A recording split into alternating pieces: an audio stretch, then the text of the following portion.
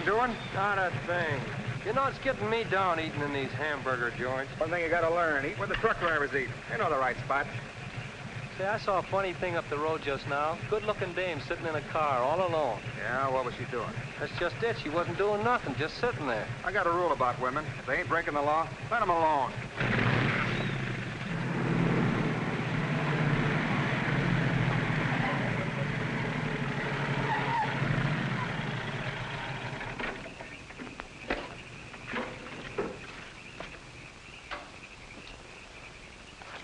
I didn't mean to disturb you, miss. Just wanted to be sure everything was okay. Excuse me, lady, but are you sure you're all right?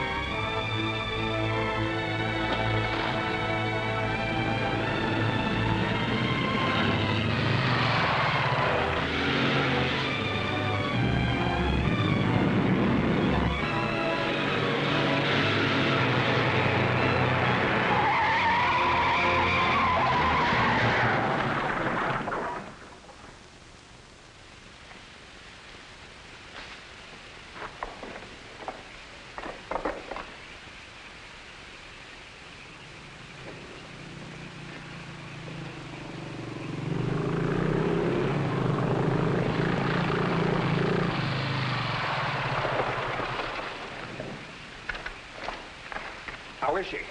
Luckier than she deserves. I just checked on her up the road. She was acting kind of strange then. I better call that ambulance. I doubt if it's serious, and I'm as good a doctor as you'll find at this time of night. Let's take her inside.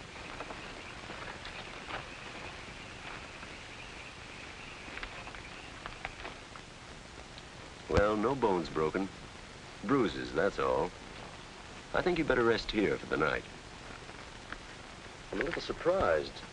You're a beautiful young woman. You've been in an accident. You haven't asked for a mirror. Perhaps that fits with the way you were driving tonight. Perhaps you find the idea of living not very attractive. Is that any of your business, Doctor? As a matter of fact, it is my business. I happen to be a psychiatrist. I don't need a psychiatrist. You won't mind if I disagree with you. Here's a beautiful young woman, apparently well-to-do, apparently in good physical condition, who just doesn't care what happens to her. This is interesting. Not altogether unusual, but interesting. Of course, there are the obvious deductions. It's my life, Doctor, and I prefer to run it myself. And you don't want anyone to see inside it. Perhaps you don't even want to take a look yourself. Many women haven't the courage to face themselves, so they look for escape in one excitement after another.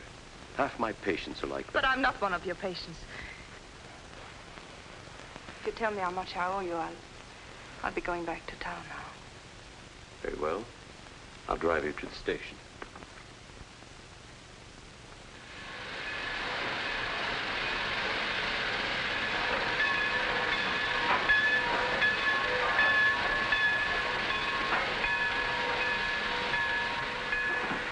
Miss Damien, you're an intelligent woman, not an idiot. Will you promise me one thing? When you get ready to throw yourself off Brooklyn Bridge, will you come and see me first?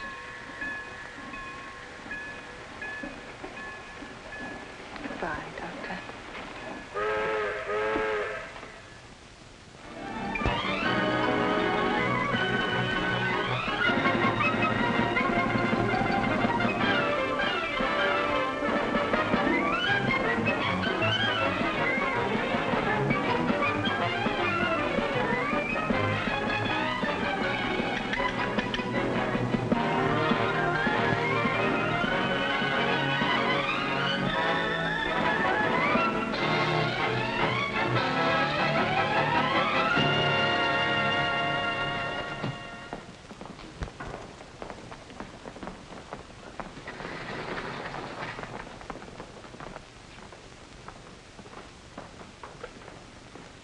Just what is our trouble?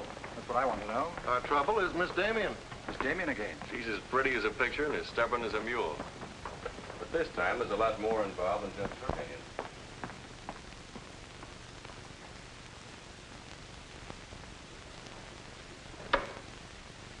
Come in, Miss Damien. We were just ripping you up back a little bit. So I gathered. There's nothing personal. It's about Mr. Cortland. Cortland? Oh, yes. He runs a jewelry store. He owns Cortland and Company. London, Paris, Fifth Avenue. You may remember him as one of our biggest advertisers. Oh, what Shirley wants to say. I know what Shirley wants to say. I always know what Shirley wants to say. He wants to know why I killed the art layout on Mr. Cortland's famous jewels. And I understand the April number goes to press without it. That's right. In the first place, it's no art layout. It's a press agent's dream. But the result is we stand a good chance of losing the Cortland account. Now, am I running my department or am I not? I haven't said anything, Miss Damien. Well, I had a talk with Cortland. He was decidedly acid about it. I'm not interested in Cortland.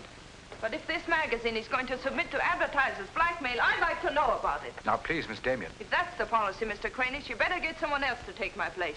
Please, Miss Damien, just a moment. Gentlemen, if you don't mind, I'll talk to you later. I thought I should bring this to your attention. You can't blame us for trying, Mr. No, of course not. No harm done, gentlemen. Madeleine, you've got yourself all worked up. Come, sit down. I'll get you a drink. No, thanks. I don't want one. No? What is this private blackmail of yours? Threatening to quit in order to win an argument. Oh, I'd just as soon quit. I mean it. Now, tell me, what's happened? You're all wound up. What's bothering Oh, you? nothing's bothering me. You know I don't want you to quit. I won't go into my personal feelings, but you are the best art editor we've ever had. How's the insomnia? Oh, I found some new sleeping pills. Red ones this time. Red pills to put you to sleep. White pills to wake you up. Doesn't sound very sensible, my dear. What are you doing this evening? Dining with Freddie Fancher. Oh, Freddie again. Oh, I couldn't get out of it, Victor. We're using some of his drawings next month. But it'll be the last time, I promise. Madeleine, you're a bundle of lies. A very lovely bundle. Beautifully tied together. I'm trying to be honest, but you won't believe me, will you? No, my dear. Because I don't really think you believe yourself.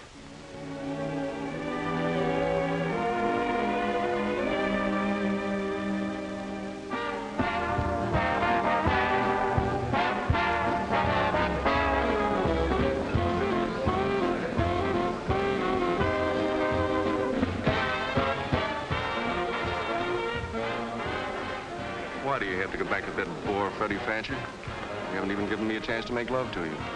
You've been doing all right. You know something? It's awfully hard making love to a woman who makes more money than I do. It'd be much easier if you made love to me. Would it? Oh. You're trying to give me the brush off, are you? Well, finally, we understand each other. Well, there you are, Freddie. There's your girl and no bones broken. I'll see you at the office, Madeleine. I'd join you if somebody asked me. Nobody's asking. Fair enough. Why do you have to dance with that pollywog? Look, I've told you not to drink. I always drink, particularly when I'm with you. Oh, am I that hard to take sober? You're a voluptuous pain in the neck.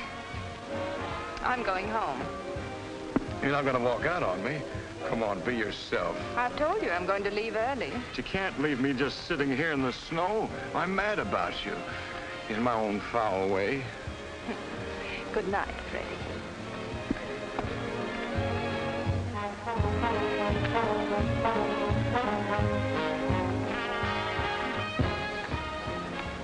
Any chance of getting a cab, Jim? I'll try, Miss Damien. Oh, Miss Damien, here's someone I know you're anxious to meet. Mr. Felix Cortland, one of our most prominent advertisers.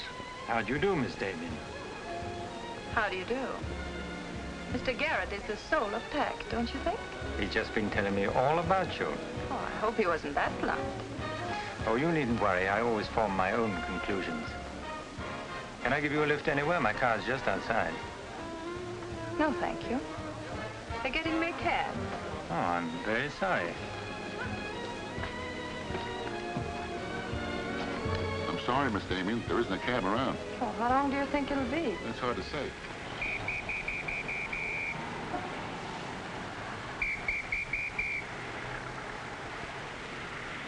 Are you sure you don't want a lift? Well, there doesn't seem to be any alternative. Good night, Mr. Garrett. Good night, Mr. Cortland.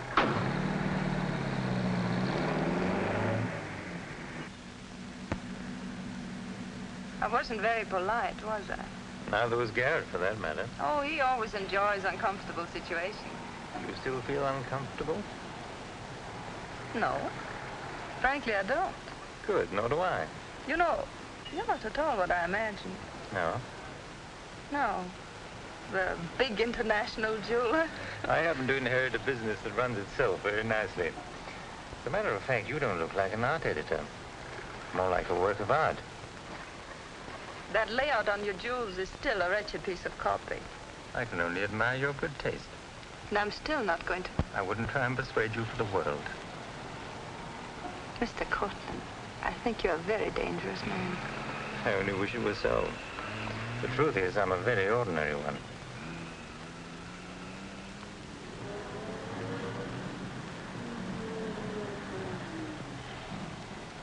Oh, I'm sorry. I forgot to give you my address. It's my fault. I forgot to ask you.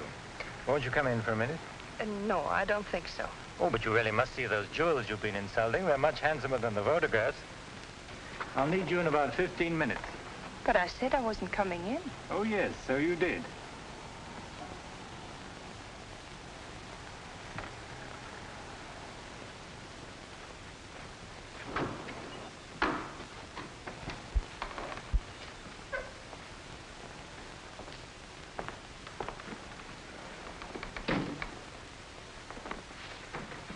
Let me take your wrap. Well, I'm only going to stay a minute here. Of course.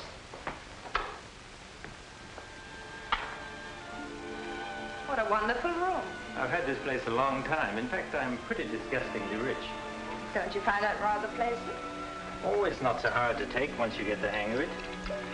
I think I know all the troubles that come with money. And all the pleasures. Well, have you got me all figured out? Only what I see here. Good books, fine pictures. Wonder if you ever look at them. Oh, but I do. I'm a lonely bachelor, and I spend hours here all by myself poring over old manuscripts. You don't expect me to believe that, do you? Didn't my father paint that? Was Stephen Damien your father? Uh-huh. That's very interesting. Is it? I remember when he came here to paint that picture of my mother. Everybody was fascinated by him, especially Mother. Father ended by chasing him out of the house. I'm afraid that's the way it usually ended. My father was very much in love with life. That's a Hungarian custom, isn't it? Not exclusively Hungarian. Weren't you going to show me your jewels? Oh, yes, of course. I'd quite forgotten. That's the reason we came in here, wasn't it?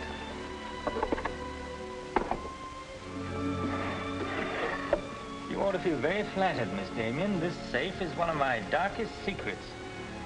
You really want to see those jewels? Not particularly. I can't tell a brilliant from a diamond. Not one person in 100 can. But then very few people are intelligent enough to admit it. Thank you. How about another drink? No, thanks.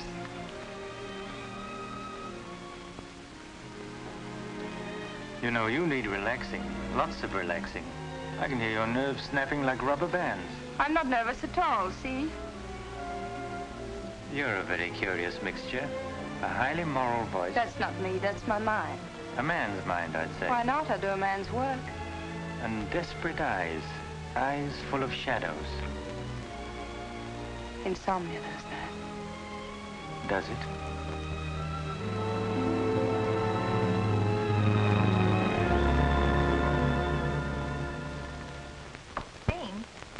Miss Damien, give you her secretary. Miss Damien's office? No, Mr. Cortland, she's not here yet. Shall I have her call you? Yes, Mr. Cortland. Where's Glamourpuss? She hasn't come in yet. Well, who sent these? Mr. Felix Cortland. Mr. Cortland. It's very interesting. She never misses, does she? Mm-hmm. Jealous. If I'd given it any thought, I could have predicted it. Gladys, I won my bet. She's got a new boyfriend. I guess those dames gotta have new excitement all the time. Yeah, here today, gone tomorrow. Personally, I don't see what she sees in it all. Is that any concern of yours? No, Miss Damien. I didn't hire you to gossip about my private life. No, Miss Damien. Go get your money. You're through.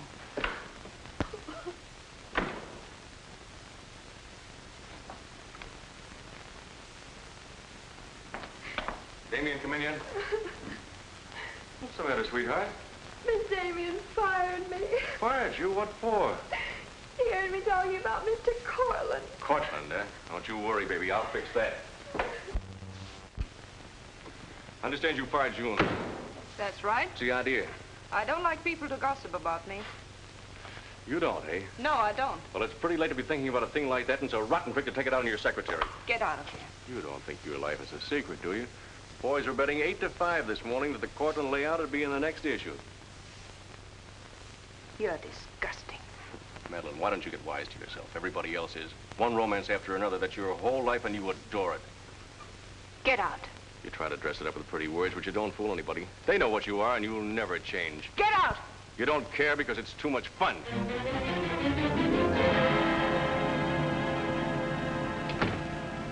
It isn't true. It isn't true. It isn't true!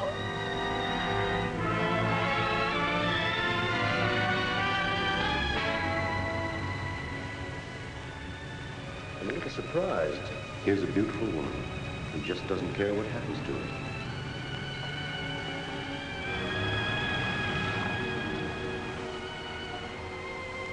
Many women haven't the courage to face themselves, so they look for escape in one excitement after another.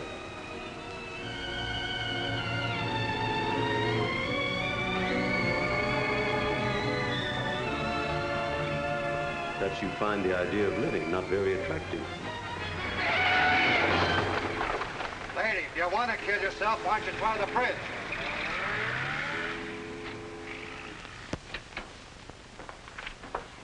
I'm glad I was right. An intelligent woman, not an idiot. Sit down. That's it. Now, if you feel like talking, just go ahead and talk. You're afraid, aren't you? Well, it's our job to find out why. To explore the shadows and throw light on what we find there. Then you'll be able to see yourself clearly and face yourself honestly. When you can do that, you won't be afraid anymore.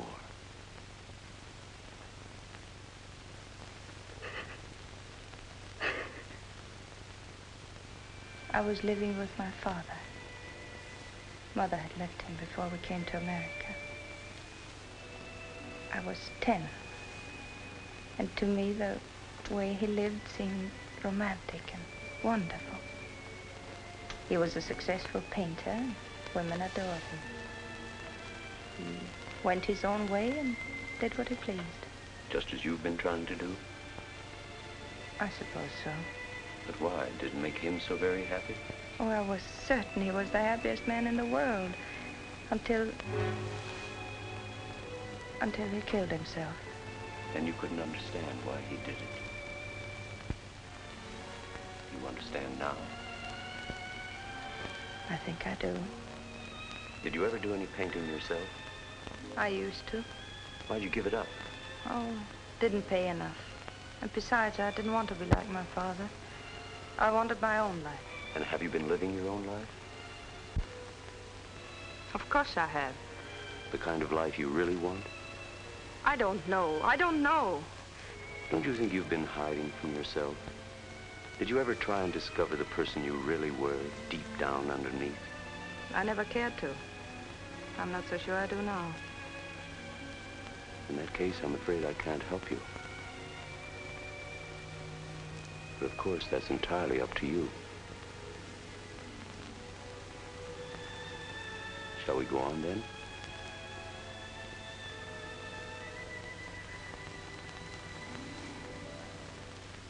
I was doing what I wanted to do. Paying my own way and making my own rules. Nobody was hurt. Nobody but yourself. And it didn't really make you happy, did it? Wasn't that because down underneath you knew there was something missing? Something important? I suppose so. That would worry you, wouldn't it? And then you would drug yourself with the excitement of more excitement. Oh, I know the pattern, Miss Damien. You're suffering from a disease of the times. A neurotic malady as commonplace as chronic alcoholism. Suppose for a moment that you were an alcoholic. They're much the same, you know. Unsure of themselves underneath. and seeking reassurance from new excitement. Instead of getting at the cause, the drunkard solves his problem by taking another drink. This, of course, is no solution. And eventually, we find him sprawled hopelessly at a bar, without the strength or even the desire to save himself. I can't go on with this. You're not helping me. You're insulting me. You've been insulting yourself, Miss Damien. Insulting your body and insulting your soul. Your life hasn't been gay and glamorous at all.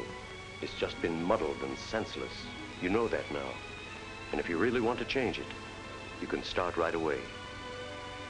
Now it's up to you.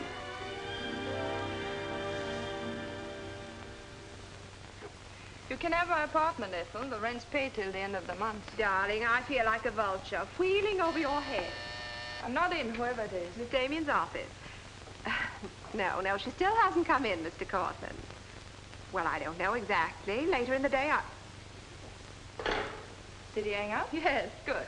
Let me call him back, darling. You may be sorry later. Everything in this pile returned without comment. This I would ask to see more of their work, and these you may be able to use. But you haven't given me your new address. I'm not giving it to anyone. Hello, Madeleine. Beautiful, would you mind popping out for a minute? That's just 60 seconds. You better talk fast. Madeline, I'm on a jam. I've got to raise some money. I need about $5,000. What do you expect me to do about it? Well, I thought you might talk to Cortland. I'm sure he'd let you have it if you ask him nicely. You're really quite a rat, aren't you? Look, Madeline, I'm in debt up to here. I only make $100 a week, and you know I can't live on that. $5,000 doesn't mean a thing to Cortland. You better get out of here before I lose my temper. You're forcing me to say things that I don't want to say, but if you're going to act cold and virtuous about it, you'll hear them. Suppose I tell Cranish. Tell him what? About Cortland. You know, you've got a very nice job here, but you won't have it very long if I tell Cranish. I don't want to tell him, but... What's so funny? As a blackmailer, you are pitiful. Go on, tell him. Tell him what a rat I am, and you are, and he is. Go on, use my phone if you want, and my desk, and my office. I'm through with all of them.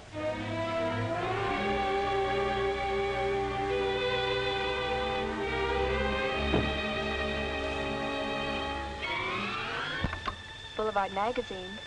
No, Miss Damien hasn't been back. Just a moment, please. I'm sorry, she doesn't work here anymore. You might try at her home. Waldorf Apartments. Waldorf Apartments? Miss Damien? Oh, no, she gave up her apartment. Why don't you try the post office? Dahlgren? Dalton? Dalton? Damien. Herr Richard Caleb, 137 West 50th Street. Well, I've nothing to do except that Miss Damien has taken my advice as a doctor. She's been living in an area of infection, and she's removed herself from it. I take it you consider me part of the general contamination. Well, you've come here for information, not diagnosis. I usually charge a fee for insulting people. I'm willing to pay for data of any kind. Yes, I gathered that. But I have nothing for sale. I suppose you're being very ethical, but I'd like to talk to Madeleine. In your presence, if you wish. Miss Damien is living under a different name in a different world. She told me to tell you, if you inquired, that she was busy growing a new soul. Now, would you please keep off the grass? Goodbye, Mr. Cortland. Bye, Doctor. Doesn't it ever worry you, playing the almighty in this fashion? Not particularly. I'm used to it.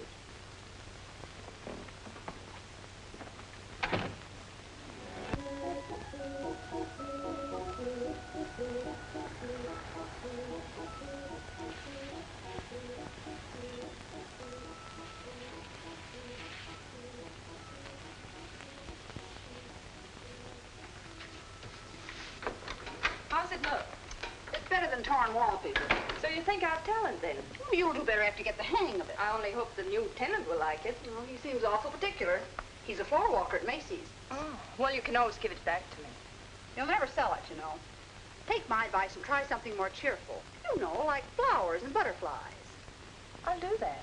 Thank you, Mrs. Geiger.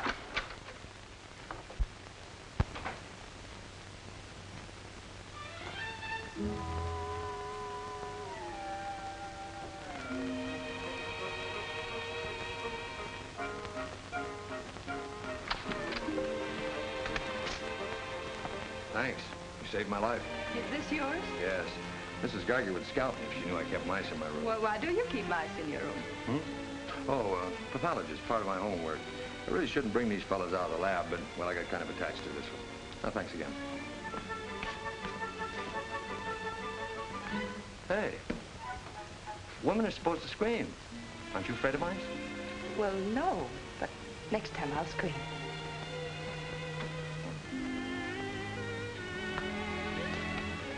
Good afternoon, Miss Green. Hello, how's the work going? Oh, all right, I think.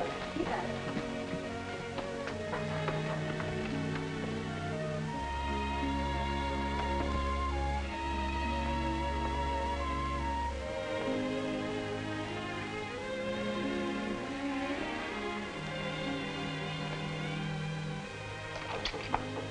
Come in. Hello. Hello. Say, you're an artist, aren't you? Well, I don't know. Oh, Mrs. Geiger said yesterday that you were. She's an authority if I ever saw one. I was wondering, could you do a job for me? Want your portrait painted? Me? Oh, no. No, nothing like that. I'm doing some research, and it has to be illustrated. Oh, what do you want me to draw? Nothing fancy, just blood cells and things. Sounds fascinating. Oh, it is, really. You see, it's a lot like... Oh, no, you'd be surprised. It really is fascinating once you get in it. Of course, I'm on a fellowship, and I couldn't pay you very much. Matter of fact, I couldn't pay anything till the first of the month. That'll be all right. Oh, fine. Swell. It's all settled then. I'll see you at my place about 6 o'clock. Oh, but couldn't I? Oh, sure you can. I just live downstairs. You know, the mousetrap. Oh, by the way, my name is Cousins. Mine is Dixon. Very glad to know you, Miss Dixon.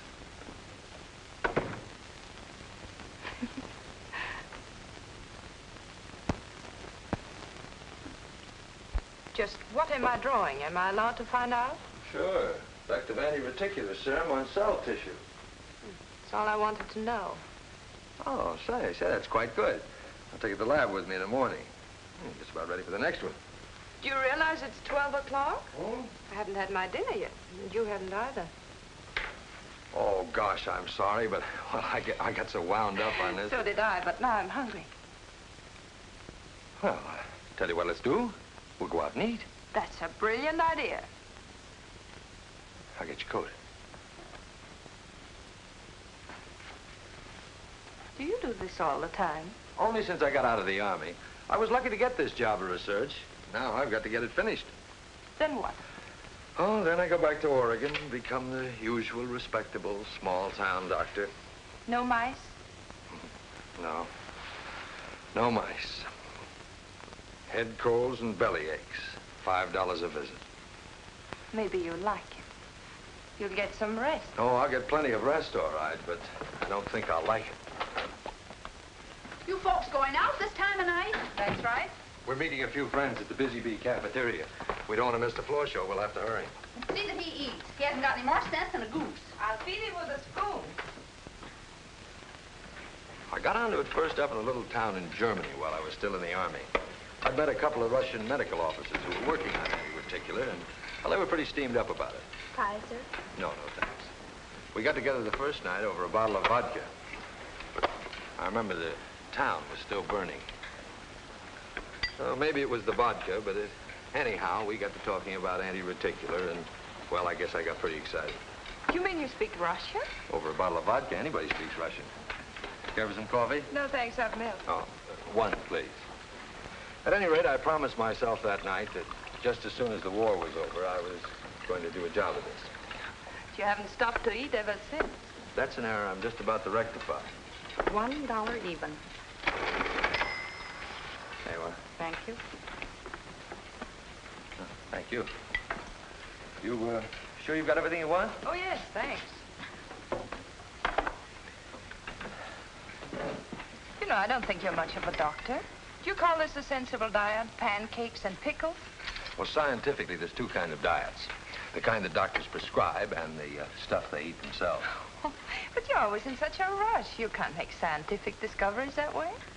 Sure you can. Take Banning. He saw some flies nibbling at a piece of pancreas. Figured out that there must be sugar in it, and in 1 minute he had the idea for insulin. You know, you're a very lovely girl. You're not being very scientific, Doctor. Oh, but I am. It's the very heart of science. It's the truth. Let's talk about insulin. Insulin.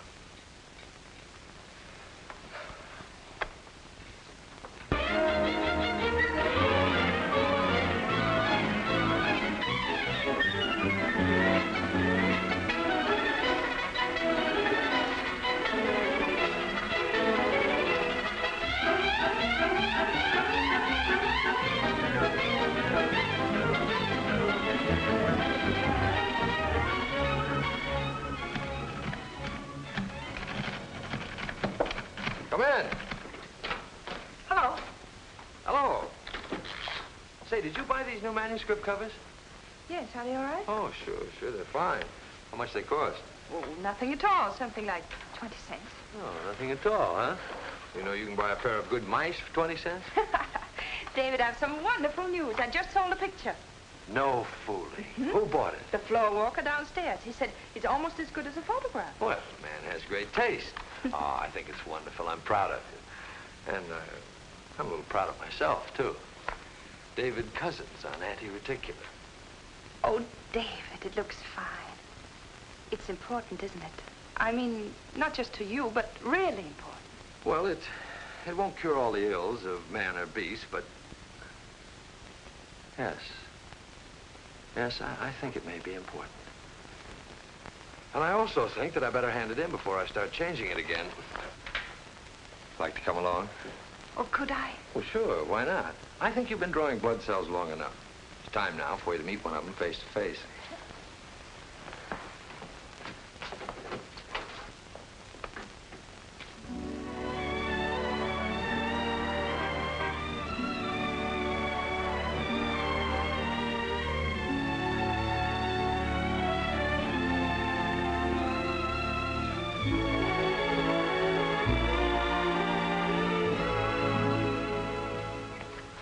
I hope your text is as good as your illustrations.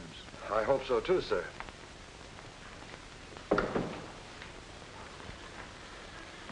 Well, that's that. You didn't tell him they were your drawings, did you?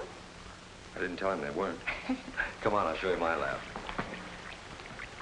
Coffee. I wouldn't try and drink it if I were you. Assistant pathologist.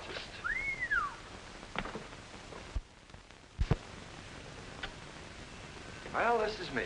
How do you like it? Oh, I think it's wonderful. But how do you find anything in this place? Been here for 6 months and I haven't lost anything yet. Doesn't matter anyway. If the boss okays my research, I'll be out of here in a week. Back to Oregon? Yes, back to Oregon. All that way just to make a living. Is it as bad as all that? Oh, what's the use in kidding, Madeleine? I'm so much in love with you, I can't see straight. I haven't done any work in here for days. I just sit around waiting until I can see you. I know. Because that's just what I do. Wait to see you. Darling. Oh, darling, I never felt like this about anyone before. Tell me, when did you first know? Oh, when I first saw you, I think. Yeah, me too.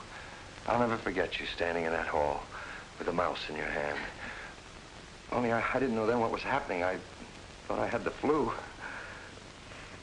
Will you marry me? Oh, David. Well, will you? We don't know each other. I mean, you don't know me. Oh, but I do. Of course I know you. Now, what do you want to know about me? David Cousins, M.D., University of Oregon, Captain Medical Corps Reserve, young, healthy, and very much in love. Will you marry me? Oh, please don't ask me now. Well, I've got to ask you now. I want to marry you now. Please give me time, David. I'm all mixed up. I'd like to go home now. All right.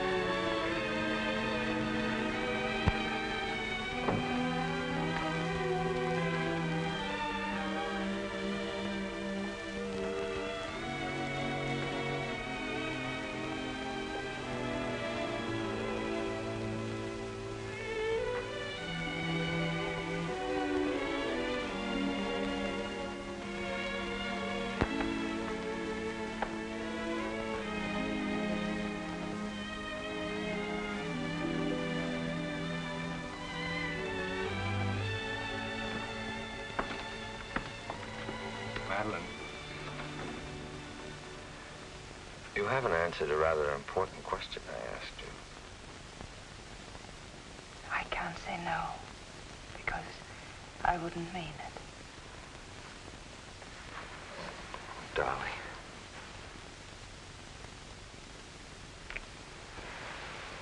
David, I do love you.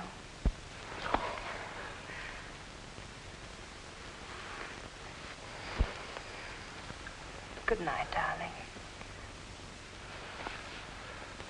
Good night.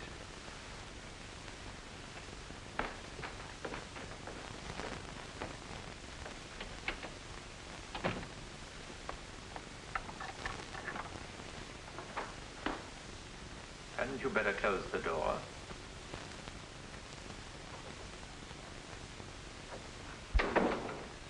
A gentleman I hired provided me with your new address and the proper keys. Suppose someone had seen you. You wouldn't have cared, would you? I didn't think it mattered.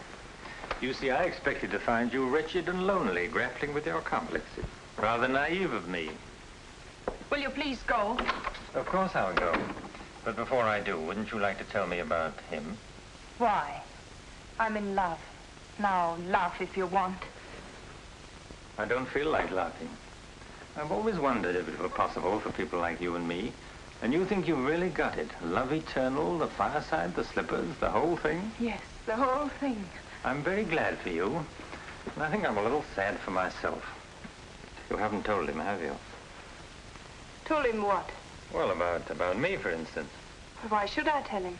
You're absolutely right. You shouldn't. Men prefer to keep their illusions, don't they? Please go. If you ever need me, you'll let me know, won't you? And don't call the past too many names.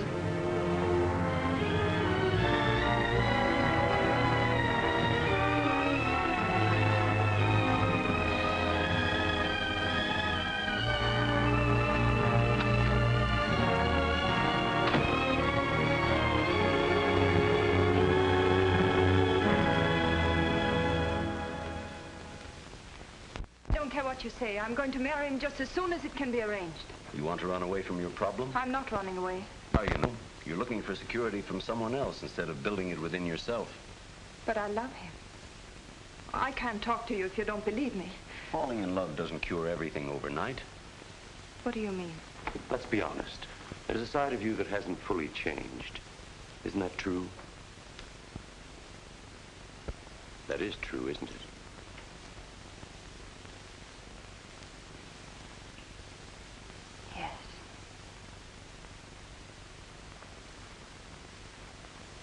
Have you still not told David about yourself? I couldn't tell him. You let him fall in love with an illusion, with someone who doesn't exist. I could never tell him. He might stop loving me. Isn't that a risk you'll have to take? You're being very careless about it. You can't build a lifetime relationship on a lie. If you're really in love, you'll tell him. With the others, it was different. But if you love him... Will you please stop saying if? How many times must I tell you I love him? But real love is a sharing. If you're strong enough to face this yourself, you're strong enough to face it with David. Oh, I can't do it. I can't risk the only happiness I've ever had. That's up to you, Miss Damien.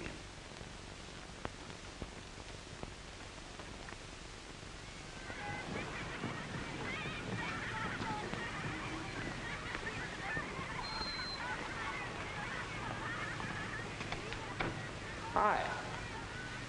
Hello, darling. You're home early, aren't you? Well, I didn't get fired, if that's what you mean. Dr. Lutz read my paper. Really? What did he say? Well, he liked it. Oh, David, that's wonderful. The only trouble is he thinks it's so important he wants me to go to Chicago and read it before the convention. Oh, David, no. Well, it's not my idea. I don't want to go. Well, when will you have to leave? Tonight. Got to catch the 8 o'clock plane. And when will you come back? Oh, I don't know. A few days. But I tell you what. As soon as I get back, let's get married. You can get a license in 3 days, and it only takes 15 minutes to get married. You still want to marry me, don't you? Oh, more than anything in the world.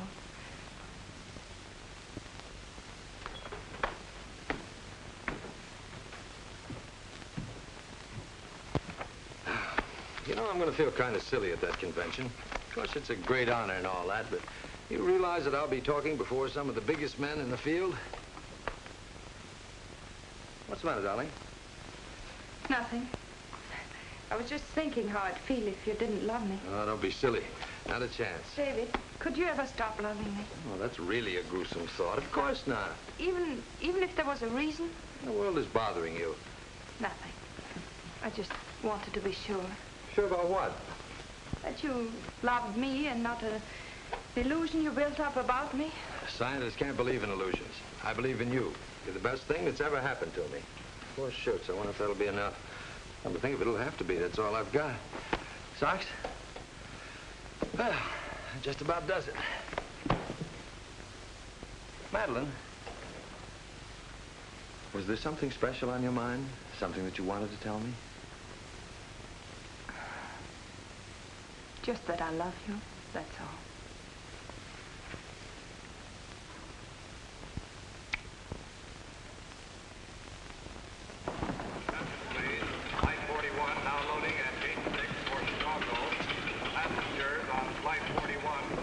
Write me every day? Every day. Hope you miss me. Hope you suffer like a maniac. I will, I promise. Oh, gosh, I hate to leave you. You know, I'm going to be jealous. Jealous of what? Oh, I don't know. Nobody, everybody. Just jealous.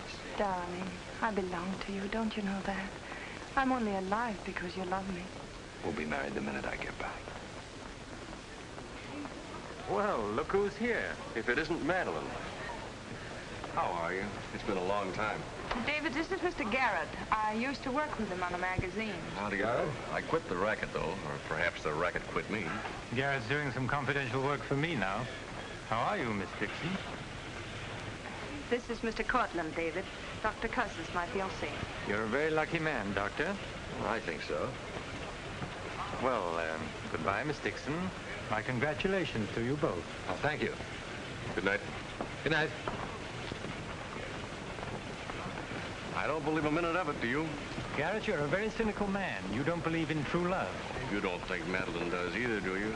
I don't know, but I've always been fascinated by miracles.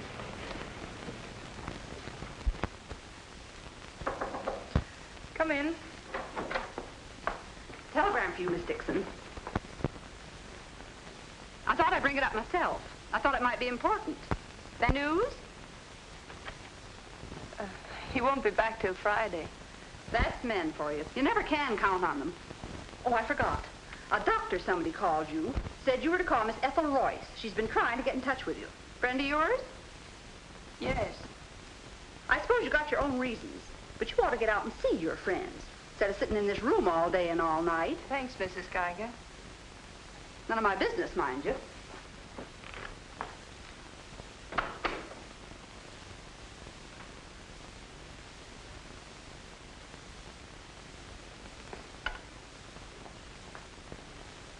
Ethel, this is Madeleine.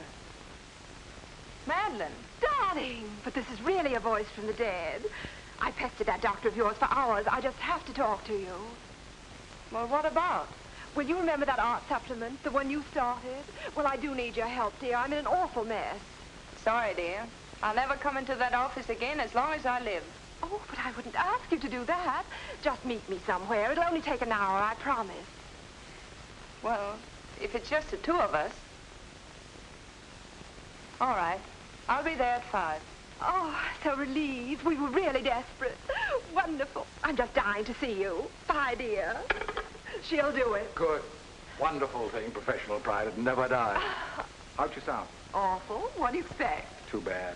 Victor, I don't want you to be there. Wouldn't think of spoiling your reunion, my dear. I don't trust Madeleine, doctor or no doctor. Nor you either, my sweet.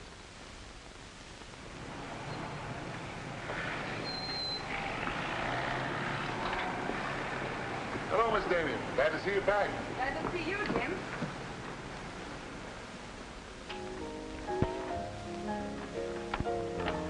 Hello, Luigi. Is Miss Royce here? She just came in, Miss Damien.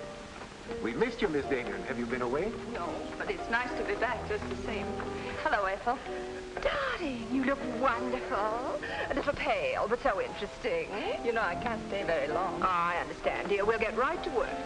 The usual, Miss Damien? Well, I don't know, Carl. You'd better. Wait till you see the mess I'm in with the supplement. All right, Carl. Darling, I'm just dying to hear what you've been up to. You must tell me everything. but there's nothing to tell. Come on, let's go to work.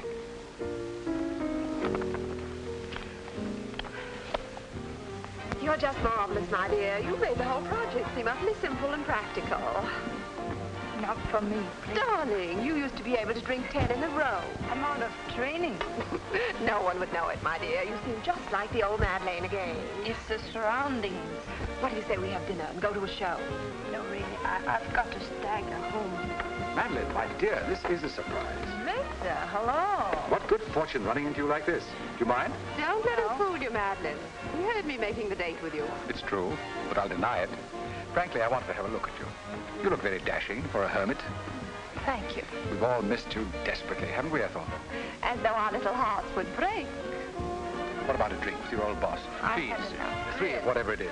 I've got all the data we need on the supplement. Good. What about the data on Madeleine? No data. Now, if you'll excuse me, I You really can't go now. Look who you'll run into. He's seen you. Mr. Garrett no longer graces our staff. What happened? He got to be utterly gritty. Say nothing of a slight discrepancy in his accounts. Mr. Garrett believes that the world owes him a gay life, no matter who pays for it. Well, hello, stranger. How are you? Wonderful. Nobody here seems particularly glad to see me. Should we be? Oh, well, it's been nice knowing you. There goes one reason for my ivory tower. What? Darling, I'm constantly running into men who adore you. Slews of them. Hated them all. I know what you're thinking. I had an odd way of expressing my distaste. Not odd, darling. Shall we say just, moody? Well, here's to memory.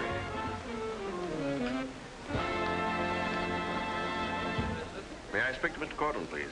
Just a moment, sir.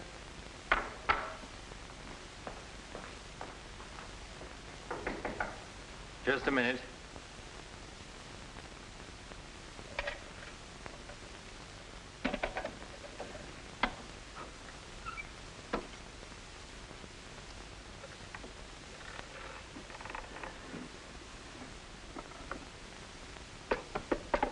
Come in. Mr. Garrett on the phone, sir. All right. Hello, Garrett. I have some interesting news. Do you know who's here? Madeleine. How considerate of you to call. By the way, I've just been through the stones in my safe, and one's missing. The stone's not terribly important, but you're the only person who knows about my safe, and the fact is you did have my keys for quite a while yesterday. What are you getting at? Only that I don't like thieves. But you're being ridiculous. Let me come over and talk about it. There's nothing to talk about. I'm taking it up with the police. But, Cortland, you can't do that.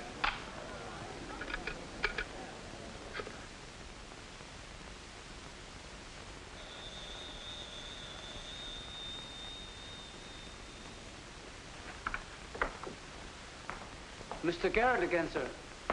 Tell him I've gone out. I'm sorry, Mr. Cortland has just left.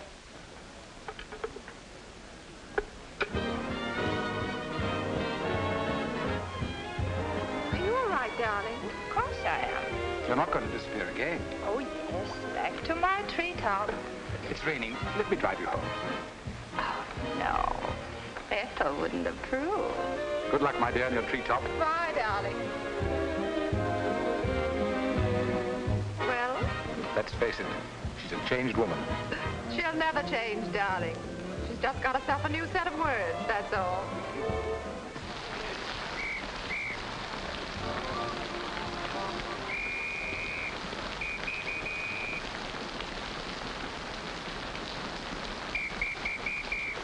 Madeleine. Hop in. No, thanks. I'm waiting for a cab. Don't be silly. There are no cabs. You'll get drenched. Please. I'll drop you off. I'm going home alone. Come on, in you get.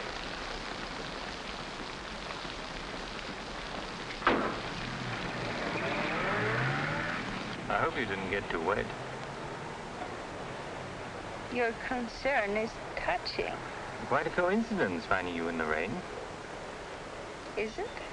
I can't lie to you, especially when there's no point to it. I was informed you were playing hooky. You're detestable. I'm really not detestable at all. I happen to be very fond of beauty, which shouldn't be a crime in your eyes. Please, no debates. I'm a little dizzy. A good dinner will soon take care of that. Why do you always hound me? You know I despise you and everything you stand for. There's always a chance I may be able to improve your opinion and your manners. I'm sleepy. You know you're very lovely. Please don't bother. I'm not listening.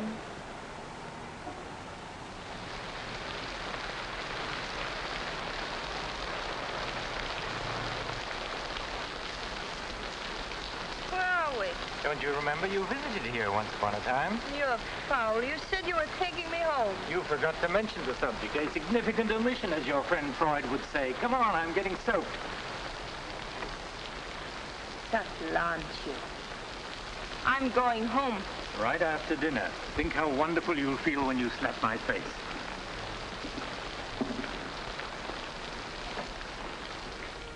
That'll take the chill out of your bones and maybe even your heart. Still cold? Oh, no. It's quite warm in here. Cigarette? Thanks. Very warm. Light? No, I'm not really detestable, am I? No. I am. Why?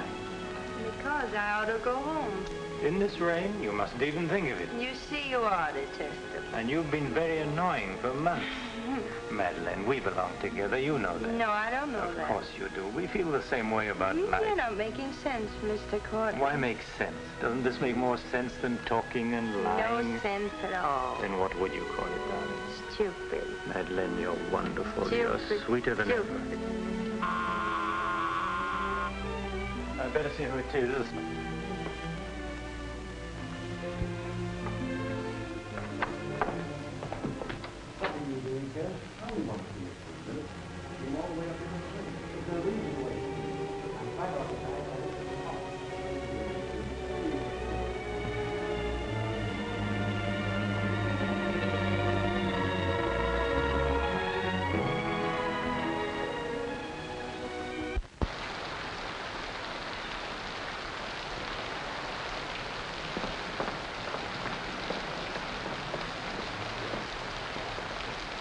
But I tell you, I'm going to raise the money. I'll pay you, honestly. I don't like dealing with thieves. That's a job for the police. If you swear out a warrant, you'll never get a dime. Look, I didn't sell it. I just had to have some money temporarily. Here's the pawn ticket. I'm not interested in pawn tickets. Good night, But, Gary. Carter, you've got to give me a chance. I said good night.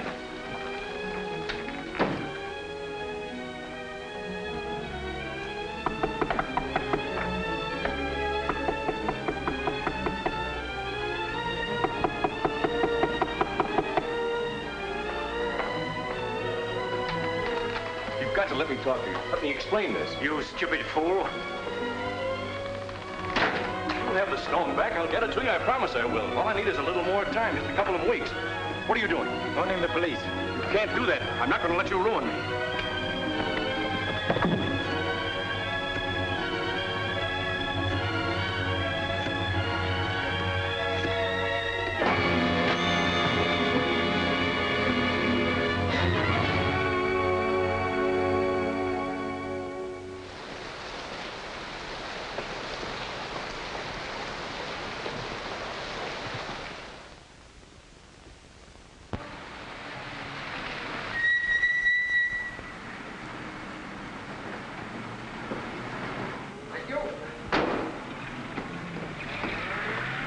Very lovely this morning, Mrs. Geiger. You wasn't expected back until Friday. That's what I like. A cheery welcome home.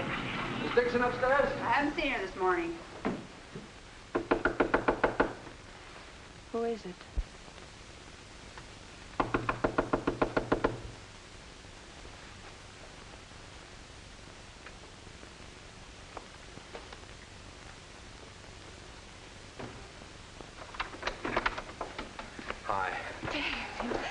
Darling. Oh, I couldn't wait till Friday. I just said my little piece and ran out on them. Oh, I needed you so badly. I feel lost without you. Don't ever leave me again. Oh, that you can depend on. Say, I've got big news. I'm a success. Oh, tell me all about it. I wonder what's the matter with you. You don't look very good. Come on, I think you better get back in bed. Now then, first, I don't have to go back to Bellyaches in Oregon. You're not marrying a small-town country doctor, young lady. You're marrying a promising young research scientist. At least that's what Dr. Broder says, and he ought to know. He's got a long white beard. Oh, darling, I'm so proud of you. I think I'll take your temperature. Gee, I wish you could have been there. When I finished reading my paper, they all got together and offered me my own laboratory in California. I still can't believe it. There it is, right in the paper. You'll find it on the bottom of page 10.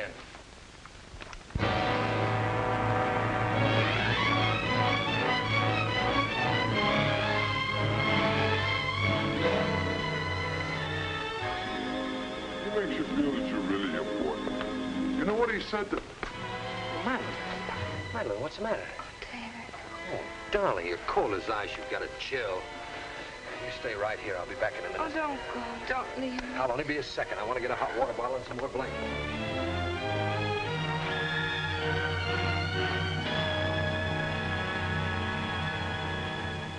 Miss Madeleine Dixon at home? I don't know. Friends of hers? We're from police headquarters. Where's the room? Upstairs. What do you want to see Miss Dixon about? We'll tell her. Well, perhaps you'd better tell me first. Miss Dixon isn't well. Who are you? He's a doctor. He lives here. If it isn't important, I suggest you come back tomorrow. It's important. Could you get some extra blankets and a hot water bottle, please? You a friend of Miss Dixon's? Yes, why? Just asking. Well, what is it, an accident or something? I wouldn't call it an accident. I wish you'd cut out this mystery and tell me what it's all about. Okay, Doc, take it easy. Madeline, these men are from the police. They want to... We'll take over from here, Doc. I'm Sergeant Patelli. This is Sergeant Beitler. You're a friend of Felix Cortland's, weren't you? Matter of fact, you were with him last night. No, I wasn't. Did you see Mr. Cortland any time yesterday? No, I didn't. Now, look, Miss Damien, we wouldn't be here asking questions unless we already knew most of the answers. Oh, wait a minute. Her name's not Damien. I think you've got the wrong party. I think maybe you've got the wrong party, Doc.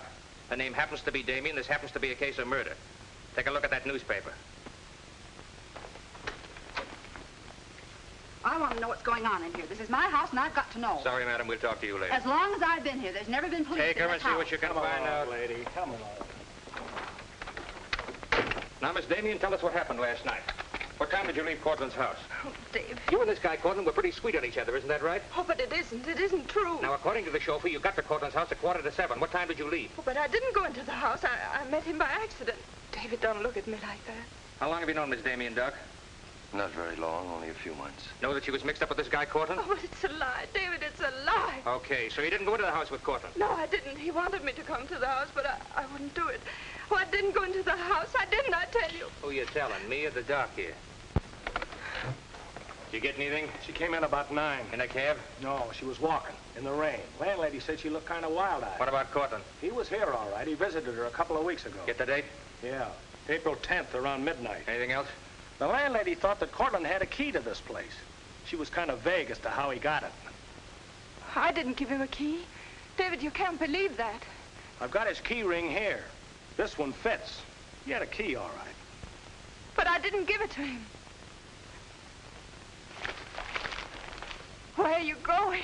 Oh, David, don't leave me. I didn't kill him, I swear. I didn't kill him.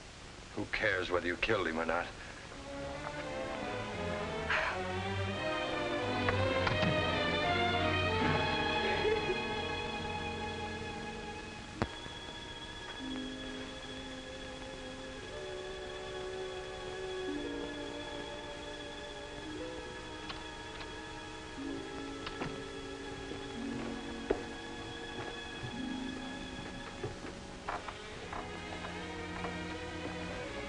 Could I see him for just a minute? Well, it isn't regulations. Okay, 60 seconds. David, please listen to me. You lied to me. You've always lied to me. But I'm not lying now. I didn't want to go with him. He said he'd drive me home. And he made love to you, didn't he? Oh, don't deny it. Of course he made love to you. He had a key to your room. I should have told you many things. I tried to, but I just couldn't. If this thing were so innocent, you would have told me. When I said I was in love with you. When I asked you to marry me. I was afraid, David. I was afraid you wouldn't understand. You bet I wouldn't. Before I met you, I was horrible. But you changed all that. You made me sane and happy. Why keep on lying? You tried that upstairs and it didn't work. Look, I was in love with you. All right, I made a mistake. I thought you were something wonderful and you turned out to be something else. So let's just forget about it. The only thing that you can do for me is let me alone. I love you, David. I'll always love you.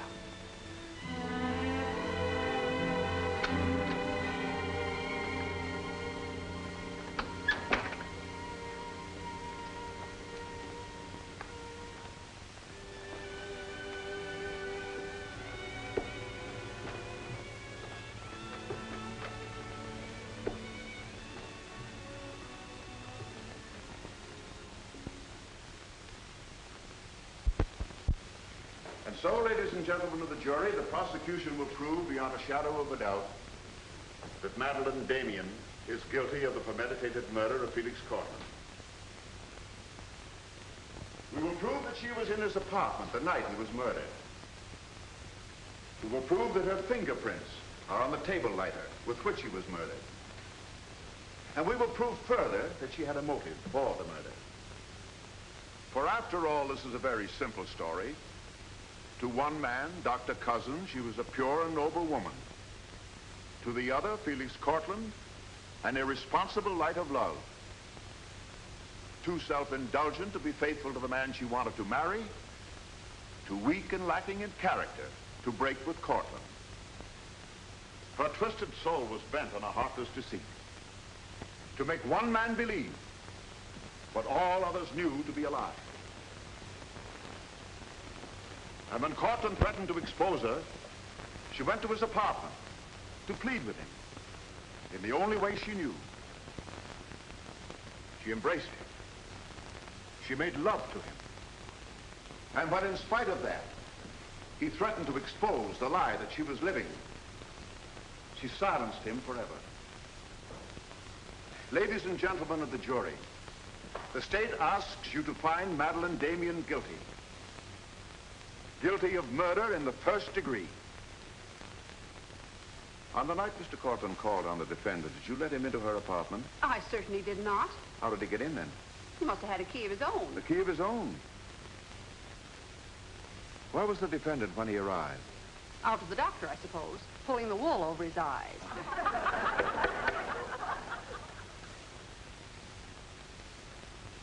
Thank you, Mrs. Geiger. Your witness, Mr. Mitchell. You've got to let me cross-examine her. No questions. Miss Damien, I can't defend you properly if you won't let me. We've got to put up a fight. Fight? What for? And now, Mr. Garrett, just what was the nature of the work you did for Mr. Cortland?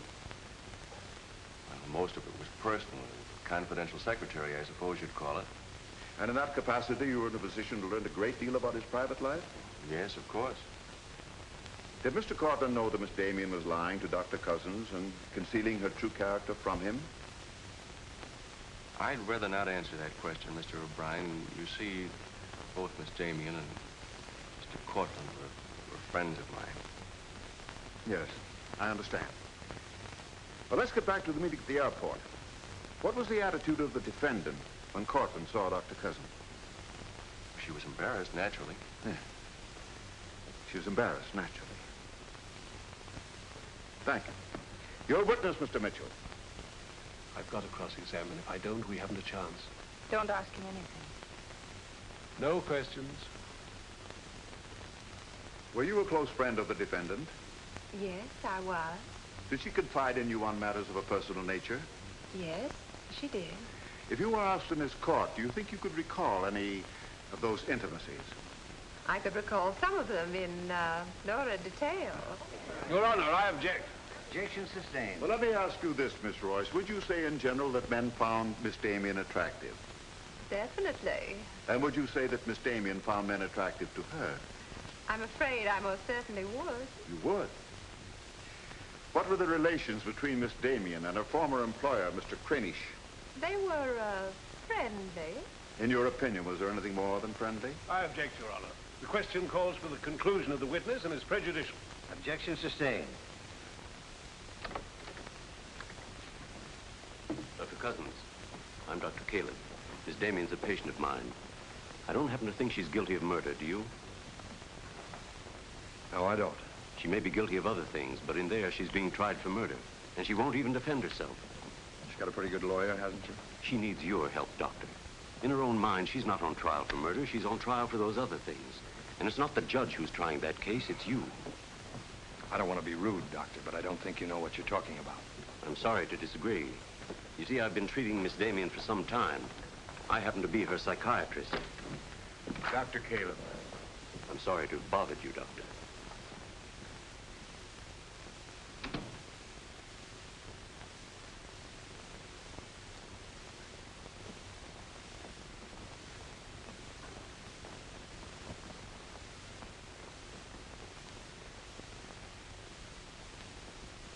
Your name, please?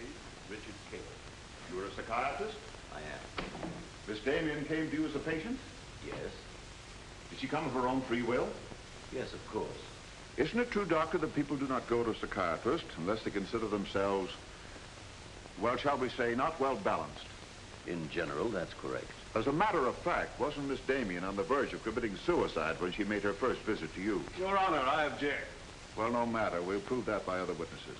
However, is it not true that people who come to you as patients come with problems? Objection. Objection overruled.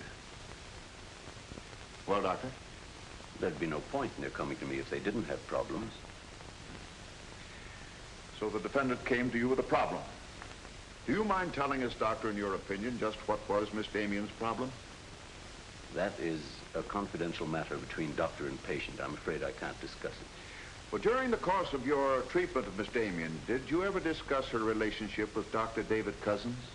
Yes, we did. Well, bearing in mind the fact that she's engaged to be married to Dr. Cousins, do you think she was as frank with him as she should have been?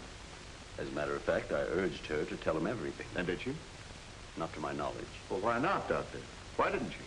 I'm afraid you'll have to ask Miss Damien about that. Did you ever meet Dr. Cousins? Yes, just a few minutes ago. Well, I'm sure you found him a reasonable, intelligent young man, and yet the defendant refused to confide in him. Having met Dr. Cousins, I think I can see why Miss Damien hesitated to confide in him. Do you mind telling us why? It's my impression that Dr. Cousins hasn't the capacity, either emotionally or intellectually, to understand a problem like Miss Damien's.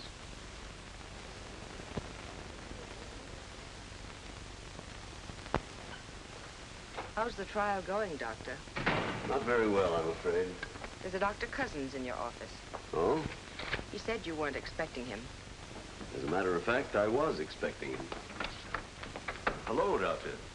Sit down, relax. Tell me, is this a professional or a social call? Dr. Caleb, you said some pretty rough things about me this afternoon. Yes, I did, didn't I? I think I'm entitled to an explanation. So do I. As a matter of fact, I'm very glad you came over. I wanted to talk to you about Miss Damien. I'm not interested in Miss Damien. I'm glad to see you're still in love with her. And I'm not in love with her. All the better. Then we can approach the subject of Miss Damien as one scientist to another. You see, I'm interested in Miss Damien because she's a patient of mine. I believe I was well on the way to solving her problem. It would be most distressing to me if she were to die now for a crime she didn't commit. It would be as though you had lost one of your white mice, one that you had just inoculated. What's all this got to do with me? Only this, that when you testify tomorrow, you'll be asked to tell the truth, the whole truth. The whole truth about a human soul is a complicated proposition. Now, I'm not going to tell you anything about Miss Damien that you haven't already heard. But isn't it possible that you've picked up a few stray facts and added them up to a conclusion that's entirely wrong?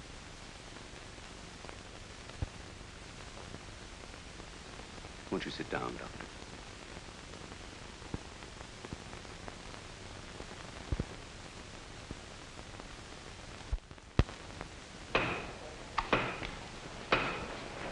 Hear ye, hear ye, hear ye. The court is now in session.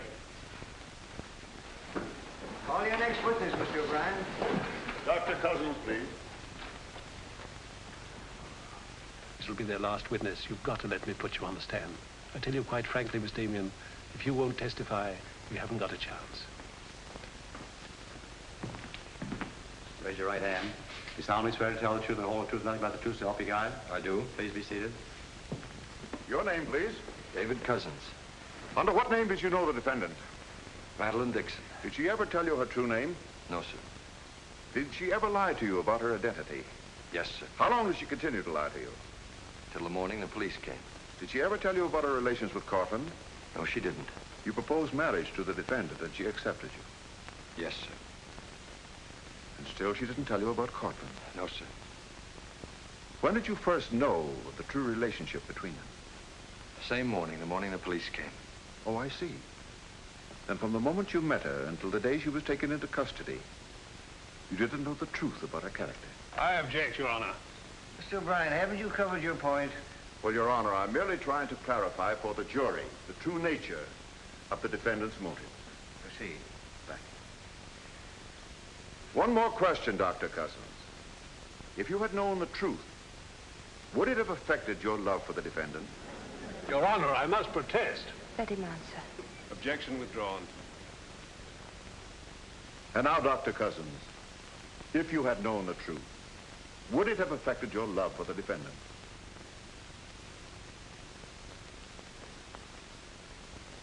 I was in love with Miss Damien then, and I'm in love with her now. Your witness, Mitchell. No questions.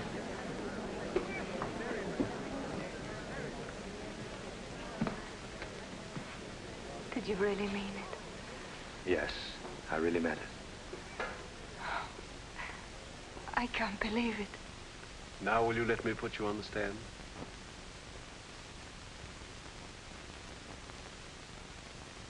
You admit you went to Cortland's apartment that night? Yes. He made love to you? Yes. Did you have any conversations about Dr. Cousins? No. Positive? Yes, I am. Well, tell me, Miss Damien, were you in love with Felix Cortland? No, I wasn't. Were you in love with Dr. Cousins? Yes. Oh. But you went to Cortland's apartment nevertheless. Yes, I told you that. You were in love with one man, yet you chose to visit the apartment of a man you didn't love. Did you go of your own free will? Yes. Mr. Cortland didn't force you or threaten you? No. Then why did you visit him? I don't know. I made a mistake. You made a mistake. As you've told us on several occasions that you and Mr. Cortland were interrupted by a mysterious intruder. Can you tell this jury anything definite about that person? Anything at all? No, I didn't see him. You didn't see him? I only heard his voice. You seem very certain it was a man. It was a man. What did he say? Well, I don't know. They were talking in the hall. I couldn't tell what they were saying. Yes, you heard a voice. You were willing to swear it was a man, and you couldn't hear what he said. Now, what sort of a person do you think would be calling at that time of night? A bill collector? A man selling magazines? Or perhaps even a burglar? Why not a burglar? Mr. Cortland was a very wealthy man. He must have been a very timid burglar because nothing was stolen. Of course, you realize that Mr. Cortland kept his jewels in a vault at the store? Not all of them. He kept some at home in his safe. Safe? What safe? The one in his living room? You didn't by any chance see that safe, did you, Miss Damien? Yes, I did. The court, please. This is the first we've heard about a safe. I ask for a recess to examine the apartment. Well, Your Honor, we've been all over the apartment. But if there is a safe, and if it has been robbed... Gentlemen, court is adjourned until tomorrow morning. I suggest the district attorney, the attorney for the defendant, examine the apartment together.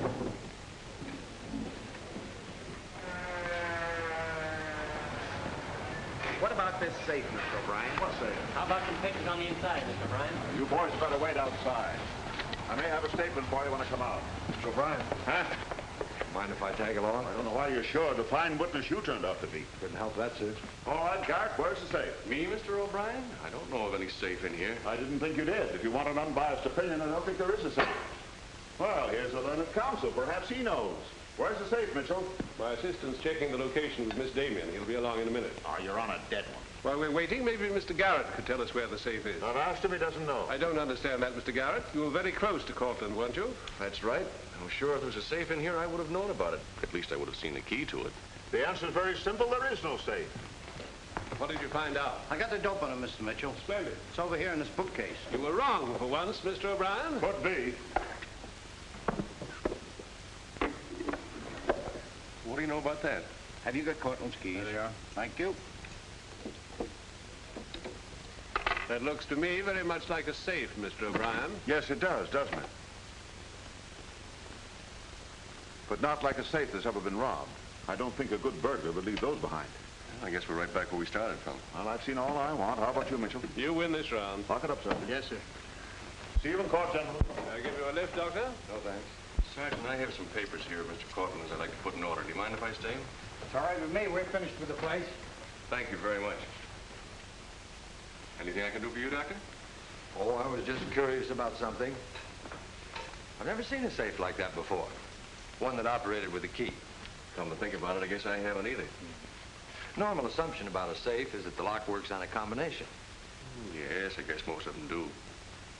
I was wondering how you knew that this one worked with a key. You said you'd never seen the key to it. Did I say that? Uh-huh. I guess I must have said something I didn't mean. Oh, I see. There could be another explanation. Really? Yes. That you were lying when you said you'd never seen the safe before. You're not serious, are you, Doc? I'm a scientist, Mr. Garrett. When we get hold of an odd fact, we consider every possible explanation. We make some of our most important discoveries that way. Well, it must be fascinating work. Yes, it is. Suppose I had known about that safe, which I didn't. What would that prove? Frankly, nothing. But it does suggest a theory. You were very close to Cortland. You knew about the safe. Maybe the safe was robbed. Perhaps he found out about it. He was quarreling with a man in the hall the night he was killed. Maybe that man was you. That's a very interesting theory.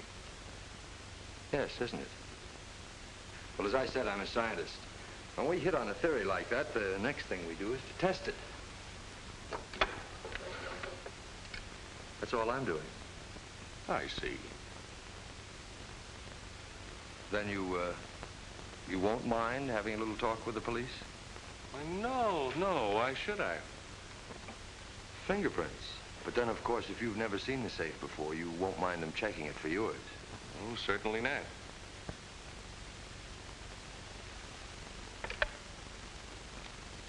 The number is Spring 73100.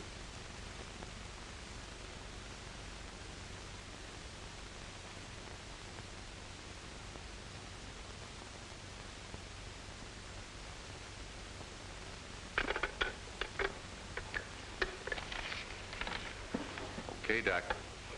No hard feelings. Don't you think this sort of thing is rather out of your line, though? I guess maybe you're right. Bye, Doctor. Goodbye.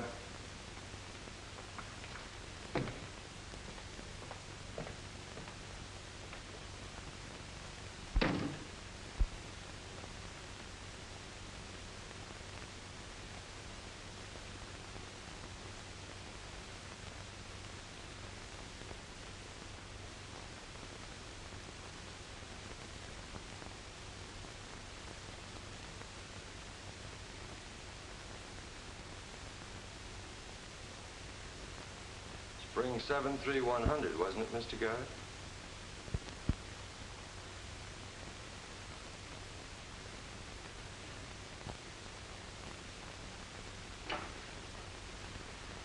I guess maybe I underestimated you, Doctor.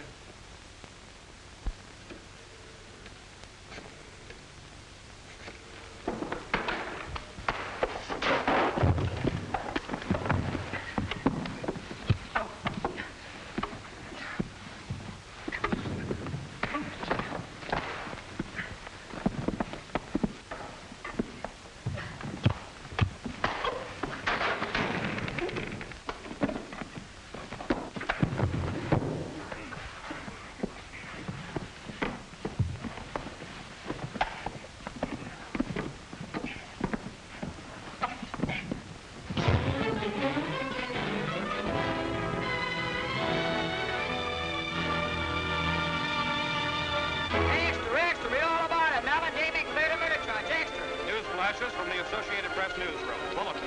Madeleine Damien has been exonerated of the murder of Felix Cortland. Full confession by an ex-employee, Jack Garrett, is in the hands of the district attorney. It was a trial marked by many surprises, notably the beautiful defendant's startling disclosure of the jewel vault hidden in the apartment of the late diamond importer. So beautiful Madeleine Damien goes free, and Broadway is tipping its hat today to the young doctor who engaged the murderer in a battle royal. Mrs. Geiger, I've been looking for Miss Damien. Have you seen her? She's gone. She asked me to give you this. Gone? Well, where did she go? I couldn't get a word out of her, but I know she left the airport more than an hour ago.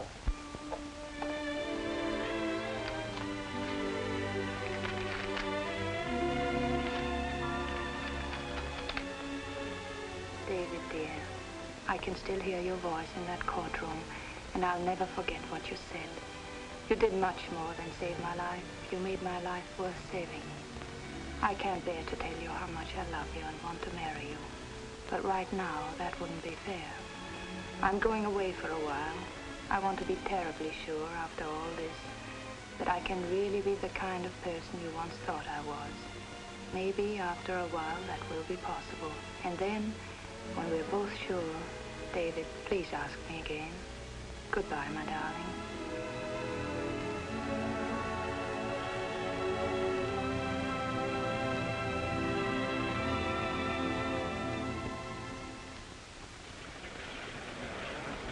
Passengers on Flight 41 boarding at Gate 6.